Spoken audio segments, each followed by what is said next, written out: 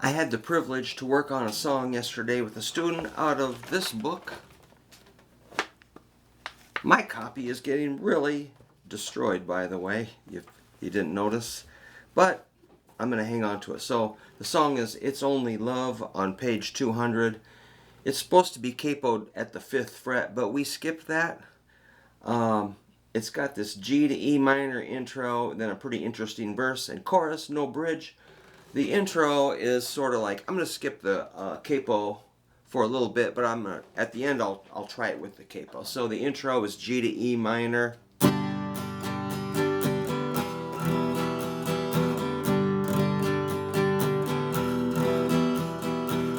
So I'm kind of going down to down, up, down, up, down, up, down to down, up, down, up, down, up.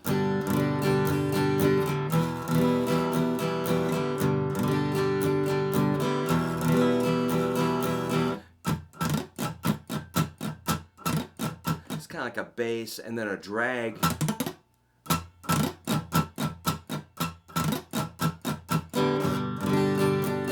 Drag or a rake. So the verse is really interesting chords. You got your G. It was G, B minor, F, F, C. G, B minor, F, C. Something like that.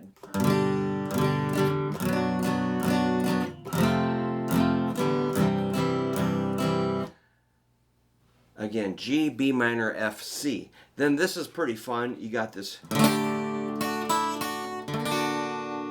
It's like da da da da doing on that. So it's a D suspended 4 to a D, D suspended 2, back to D, and then a D augmented,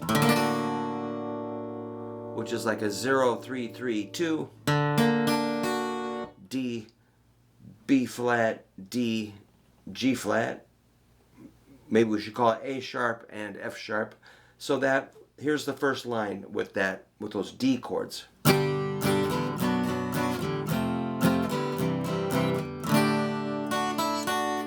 Oops.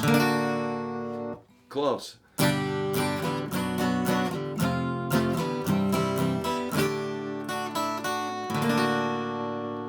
Again, kind of a. And the second line is about the same thing.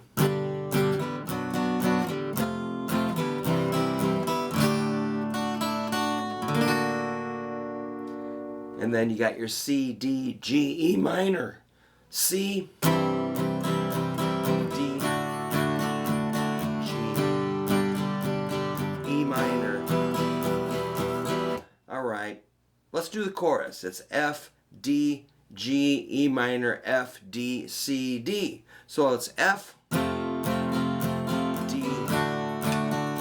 G, E minor, F, and D, and a C, and a D. So let's do the intro, verse, and chorus, and then I'm going to switch to a capo. So here's our intro. 1, 2, 3, and 4.